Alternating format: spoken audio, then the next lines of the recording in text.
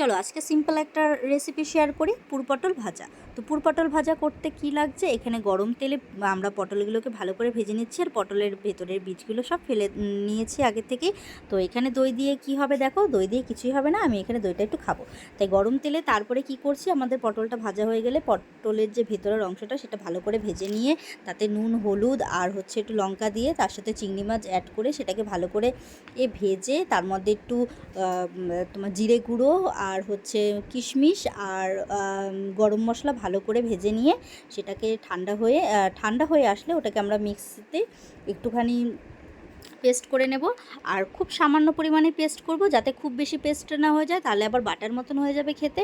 তো সেটাকে পেস্ট করে সেটাকে আমরা পুর হিসেবে সেই পটলের ভেতরে আমরা ওটাকে অ্যাড করে নেব। তো ওটা গরম গরম ভাতে খেতে জাস্ট দুর্দান্ত লাগে। তোমরা অবশ্যই একবার বাড়িতে ট্রাই করো, আর ট্রাই করে বলো কেমন লেগেছে কমেন্টে।